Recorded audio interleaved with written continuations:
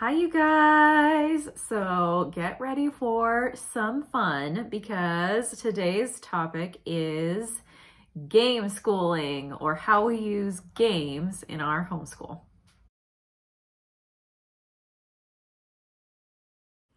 Welcome to all of you who are watching this video. If you are new, my name is Leah and my channel is Homeschool at Heart.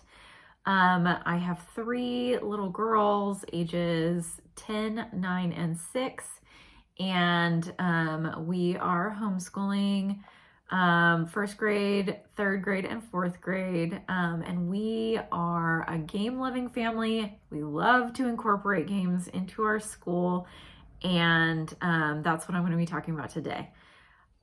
Before I get too far into this video, I do want to mention that this video is in collaboration with Jessica from the Waldock Way and Abby from Rooted in Rest. And they do an open collaboration every month with a lot of homeschool moms. And you can find a playlist with a ton of ideas down in the description box of this video. We really love games. I have about 50 educational games in my schoolroom. That is not counting like Monopoly or Risk, or we have a game called Succulents. We have one called Lanterns. We have a whole bunch of games that are tucked away in different corners of our house because we are always up for a good game. We really love the ones that are more obscure, maybe. We love using those just as family bonding activities, I guess, if you could call it that. But I really love being able to use games as a tool in my homeschool. We use them as a learning supplement to our curriculum as often as I possibly can because my kids just thrive on those kinds of things. Way more than workbooks and things like that. So if there's something that I can do a game for, then I totally will choose that instead of sitting down with a textbook, or choosing curriculums even that are that have games incorporated into them. Like we use Right Start Math, which has a lot of games. It even has a whole game book that it comes with. The language arts that my youngest one is using right now has a lot of games as part of the curriculum. So I'll be doing another video about that soon. And then we also do what we call Fun Fridays. I think a lot of homeschool families do that. So it's not just specific to my homeschool, but we do Fun Fridays. So we do a 4-day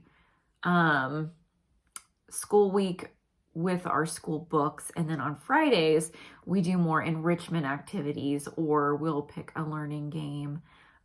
Today I'm filming on a Friday today, actually, so today we're gonna bust out Fraction Pizza Fun from Learning Resources. This is a brand new game to us, but both of my big kids are starting units on fractions in their math. So I have a fraction dominoes, I have this pizza fraction game, we have a fraction it's a test tube one where I don't know. Anyway, but we also will be doing some baking and cooking and things so that they can see the fractions being used in real life, things like that. So that's what we do on Fun Fridays, along with art and things that would be a little bit more fun. So I'm gonna show you guys some of my favorite games, and then my kids also have some of their favorite games to show you. So I picked one from language arts, one from math, and one from science. I tried to find a history game, but I didn't really feel like there was one that I had that was like, that I had played already, that was really great. But there are some out there that are amazing. I just haven't played the ones that we have yet. So this one is brand new to us. We just got it a few weeks ago, maybe a month ago. I don't know. We played it a whole bunch though. My first grader is still working on learning how to read. And so this is a really fun sight word game. Magnetic fishing. And it comes with a pond to put the fish in. Tons of brightly colored little fishies. There's 5 colors. The fishing pole's getting stuck. And each one of these fish has a different sight word on it. I should have opened one of these bags before I started the video, but I did not. So for instance, this one says myself, this one says done, tons of things. And then it comes with 2 little magnetic fishing poles, which are adorable. And each fish also has a magnet on it. And you get your fish, you fish for your fish, and you get it out of the pond. You read the word. If you get it right, you get to keep the fish. If you don't, then you throw it back and try again on your next turn. So even my big kids really love playing that with Charlotte. I think it's just fun to do the fishing part, but they read it. My third grader and 4th grader read at least a high school level. So they obviously don't need this game, but they enjoy playing it, and I appreciate that they enjoy playing with my 1st graders. So for math, both of my big kids actually mentioned this in their footage that I took of them, but neither one of them picked it as like their very favorite game. But this one's called Mathological Liar, and it doesn't take up much space. It's so cute and little. But I love this game. It's a card game, but each card has a case on it, and you find out who the culprit is by doing the math on the card. So there's several problems on here, and you have several suspects, and the way you figure it out is you do the math problems on the cards. So they have one for each grade level. We have done the ones except for the fractions in grade 3 because my 3rd grader hasn't done fractions yet in math. So I felt like that would be a little bit too frustrating for her, but we're doing fractions now, like I mentioned. So we're going to bust these back out and play that part of the game. But both my 3rd grader and my 4th grader love this game. We have the 3rd grade set and the 4th grade set. And we like when we just have a few minutes, you don't even have to play the full game to get benefit from this. And then for science, we just learned about these. Okay, Guess in 10 is a really fun game, and all 3 of my kids can play this together. And what it is it's not really a difficult concept, but it's also a card game, but it has these cards. So you pick a card, and you don't tell the other person what it is, and they have to guess what it is that you have on your card. So these ones are a little bit easier because they're animals.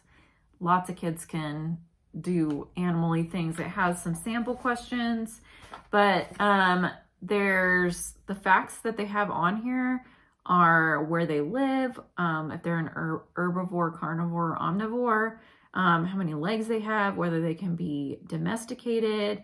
There's clues, and then buzzwords. They have horses have long legs, they're fast, and they have hooves. So you get 2 buzzwords to begin with, and then if you ask for a clue, you have 3 clue cards for the game.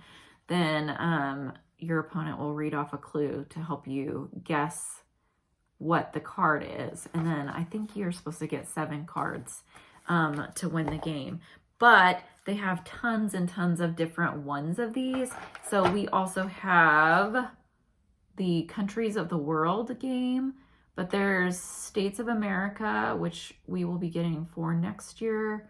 Things That Go, World of Sports, Landmarks, Dinosaurs, Cities Around the World, I don't know if I said Things That Go. Inspiring Professions, there's Famous People, and Around the Town, like some things that are not really interesting to our family, but might be interesting to somebody else. Okay, what's your question? Does it look like it's wearing a suit?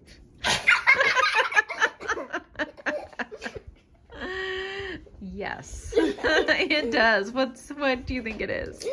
Is it a penguin? Yes. So those are my 3 top picks for this particular video in different areas of study.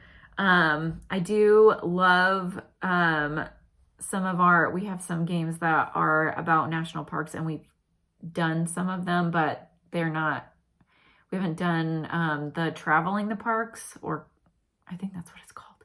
Anyway, we're going to be checking out some national parks next year, so we're kind of previewing some of those things as adults and getting ready to play them with the kids. So I would encourage you to check those out, but for the purposes of this video, I was trying to stick with ones that I knew were going to teach some things. So now I'll let the kids explain their favorite games. Okay, Charlotte, what are your favorite games? This one, and this one.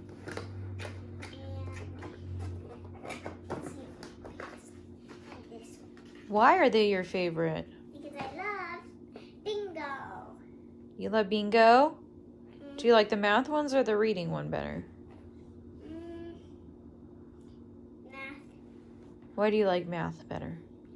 Because math is cool. Ellie, what are your favorite games? I like Fairy Tales, Once Upon a Roll, Magic Track, Guess and Tag, Story Time, and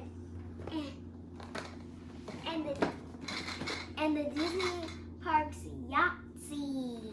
Oh, what's your very favorite out of all of those? My very favorite?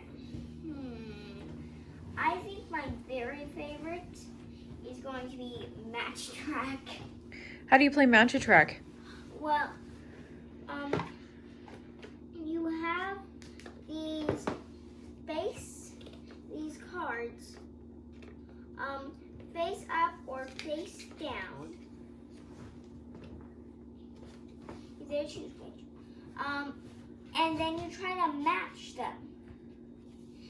And there's a little book right here to show you which one.